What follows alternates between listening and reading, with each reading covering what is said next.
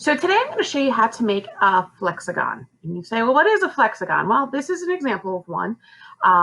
They're not exactly the prettiest things in the world. They're very functional. It's a puzzle. If you've ever heard of a palindrome in language arts, it's a word, or in our case in math, a number that is the same forward and backward. So a word, the name Bob, I won't capitalize it. Can you see that? There we go. Is spelled B-O-B forwards, but if we reverse it, it's also spelled B-O-B backwards.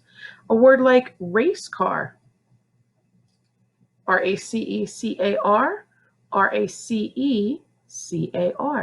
There's entire phrases, a man, a plan, a canal, Panama. If you were to write that out and then read it backwards, it's spelled the same forwards and backwards. These are called palindromes. And then in math, we have numbers. So if you think of the year 2002, it's the same forward or backwards. If you think of the number 646, it's the same forward and backwards. Even a number like 33 is the same forward and backwards. I feel like I spelled that wrong. Anyway, so this is a puzzle. I'm going to, you can see it's like a tube or a loop or a circle. I'm going to turn this inside out, folding only on these tape lines, and this is just tape. So you can see I have pink on the outside with these lines, and then I have kind of this purpley pattern design on the inside, okay? I'm gonna do it fast because that's part of the challenge on this. But I wanna show you that just folding along the predetermined folds,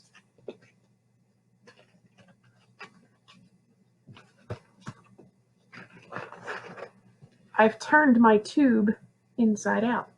The pink is now inside and the purple is on the outside. All right, so let's talk about how to make these. There's some things that you're going to need. There are some ways that you can make it a little bit prettier and a little bit nicer, and then there's some ways you can just make one that'll be very sturdy and durable for you. You're going to need a pair of scissors, just a regular old pair of scissors. You're going to need some cardboard. Now, I would not use regular paper for this. This is a piece of like scrapbooking cardstock. If mom or somebody that you know is into scrapbooking and has some cardstock, some thicker paper, you could use, this happens to be from a box of Jimmy Dean breakfast sandwiches. So I just cut one of the sides off of that. It's thicker than paper. I don't think I would use something like a shipping box or an Amazon box because that's going to be too thick. And I think it's going to be cumbersome to have to fold. So look around. You can certainly do some recycling. Grab a piece of cardboard. Don't make it super tiny because we're actually going to cut this down. This one will end up being smaller than my example. We're going to get 4 squares out of this, so we'll probably use about that much. If you do much smaller, it's going to be too difficult to work with. So you don't want something tiny, but you also don't want something the size of like a piece of poster board. You could certainly use a piece of poster board and cut that down, or make one as big as your head. That might be a little weird. And then you're going to need some tape. Now, you've got lots of options for tape. I don't think I would use regular Scotch tape like this. I guess in a pinch you could, but this will tear very easily.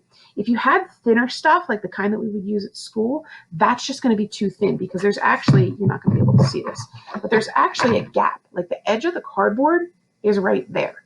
So if you were to use a thin tape, it's not going to work. So I would say this is probably a no. If you have masking tape, this is just a decorative, like a craft masking tape. If you have blue painter's tape, like maybe your parents did a project around the house and they have some of that blue tape, that would be perfect if they let you have that. This is packing tape, like I would use on a mailing box. That would be okay. Little thick, but we'll make it work.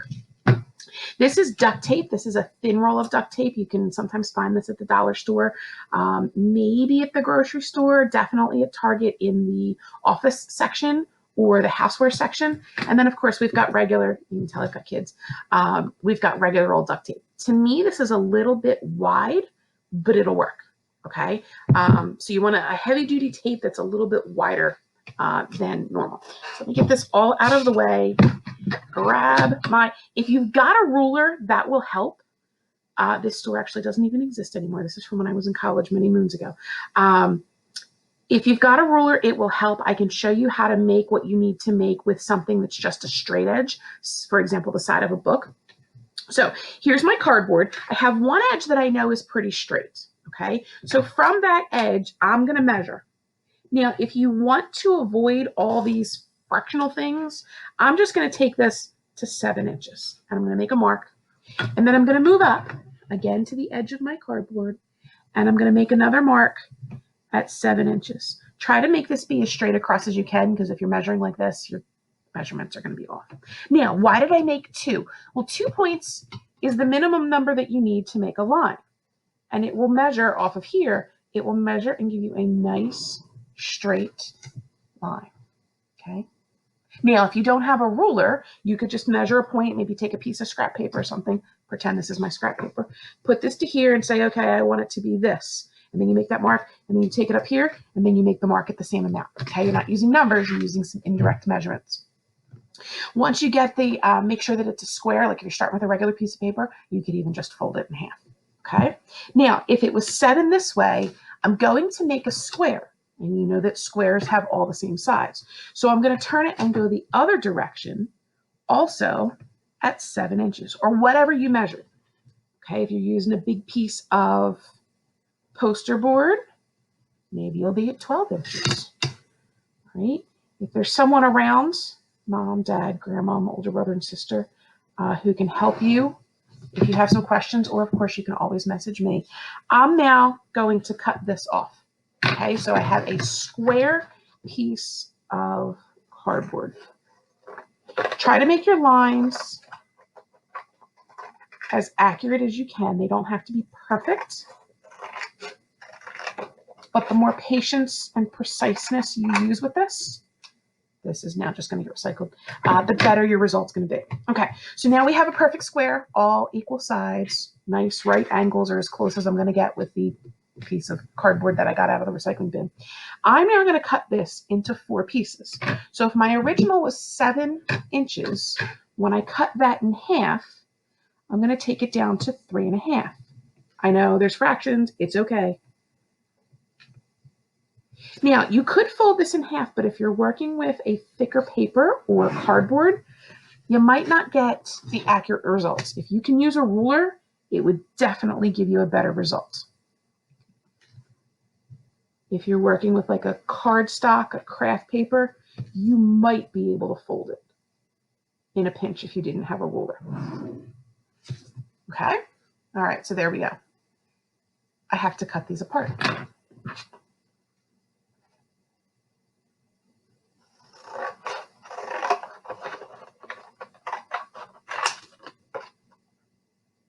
It takes a little bit of time to make one of these. It takes a little bit of time to learn how to flip it. It's kind of fun. It's a neat little puzzle. Okay, so now we have these 4. We're eventually going to put them together into a long strip, but not just yet. You want to make the diagonals on all 4 of these. So you don't really need a ruler, you just need a straight edge. This I would definitely do, even if you don't have a ruler.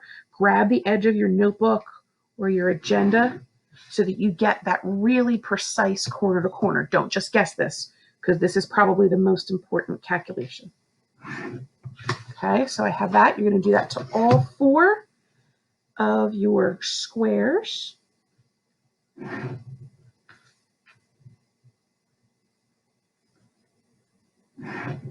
Now we are going to cut these apart, so you're going to have lots of little triangles all over your table.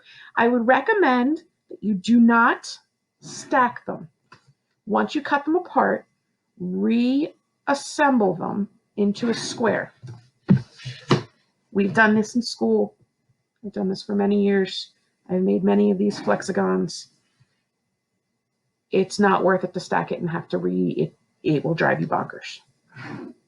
Okay, so I have all 4 of them now that I put the triangles or the diagonals onto. And what I mean by reassemble them, when you cut these apart, that was like that, right? You see what I mean by reassemble? So they're going to look like the square they came from. All right, don't stack them. It will cause you a headache. So you're going to do the same thing to all 4.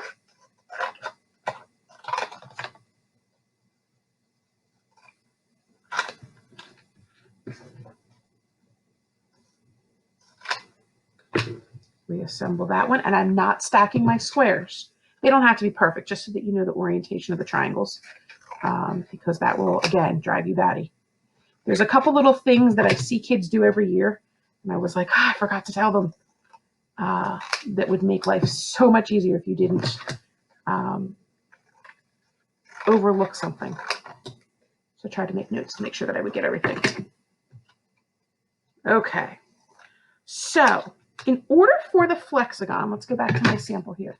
In order for this flexagon to fold, there's actually space. You can kind of see how the triangles, right, match like my ones here, right? There's actually a little bit of space in between. Can you see that? So the edges of the cardboard are actually like right here. Now, you don't want too much space. I would say something about like that. You want it to be able to flex, but you don't want to have like these monstrous gaps where your tape isn't wide enough. The other thing that you've got to be careful of is that you keep the same spacing. Don't pull this one out and have a gigantic gap down there and then leave these kind of even, right? So I go through, get these out of the way. I go through and I kind of set it up, right?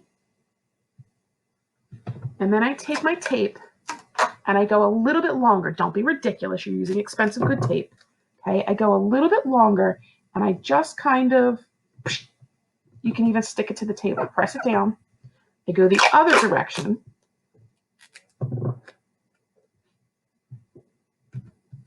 Right? And then flip it over and do it again. That seems like an unnecessary step, but if you don't, the tape, the sticky side here, it'll all stick together. And then you've just created a disaster. All right, so we'll press this here. It's okay if it doesn't perfectly line up. We're going to cut that off. So I said there's a lot of steps. If you're a crafty person, you will love this. If you are not a crafty person, find a crafty friend to make one for you, and then you can sit and play. Okay, so we've got that. I'm going to go through just so it's all nice and neat, and I'm going to trim off the extra tape. And that way there's nothing sticky. You want to make sure that you go to the end. If you, now I've got little tape bits everywhere. If you don't go to the end, you're going to have a little bit on one side, or you're going to have things that don't go all the way to the end and cut off the excess. It seems a little overkill, but it is worth it. Gives you a better product at the end, and it will just work better when you go to try to flip it. Okay, so there's that. We're going to do the same thing for the other 4, and then I'll show you how we're going to assemble them.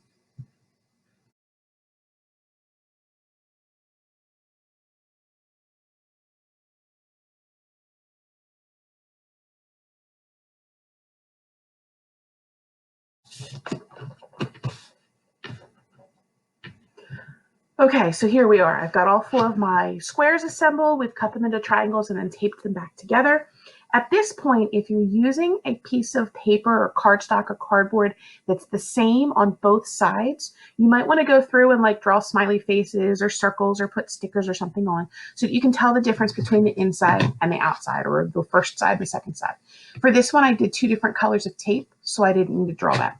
For this one, I think it's pretty obvious which one is which side. This one's got the picture of the food.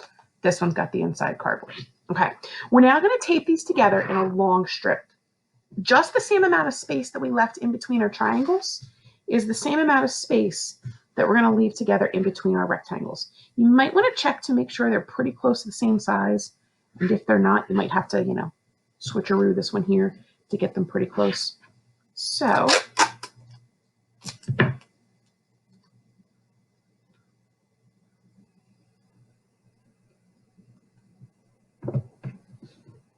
I go through and do all of them.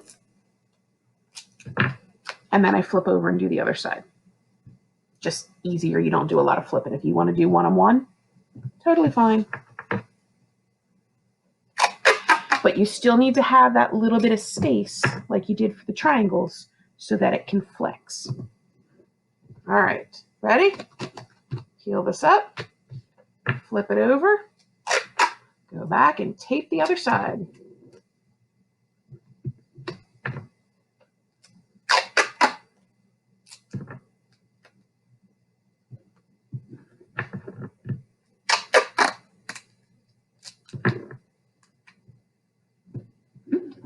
I'll go through and trim these off, and then I'll show you how to put it together into the tube.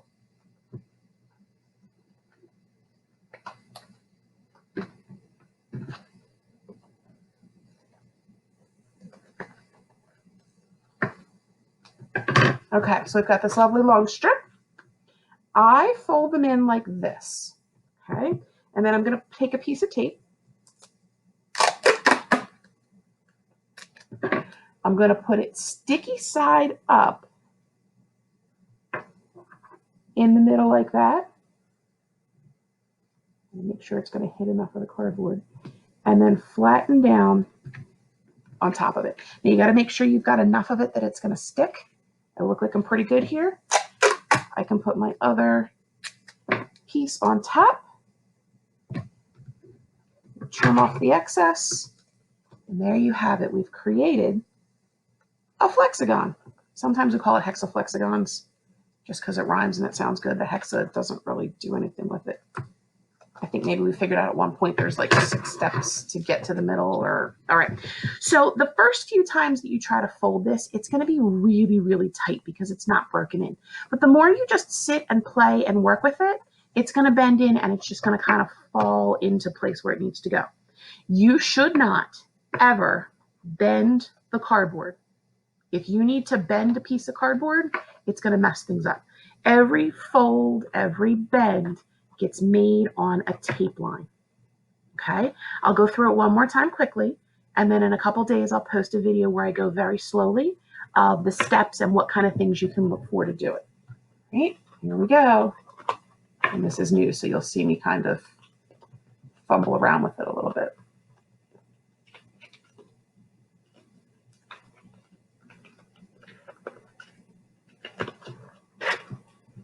There we go. So I started that with the cardboard on the outside, and now I've got the food pictures on the outside. I hope you get a chance to make one of these. They're actually really cool to sit and think about when you're not allowed on electronic devices, if you're taking a long car trip, if you've got a long wait at the doctor's office, or just because you need to keep your mind sharp. Have fun.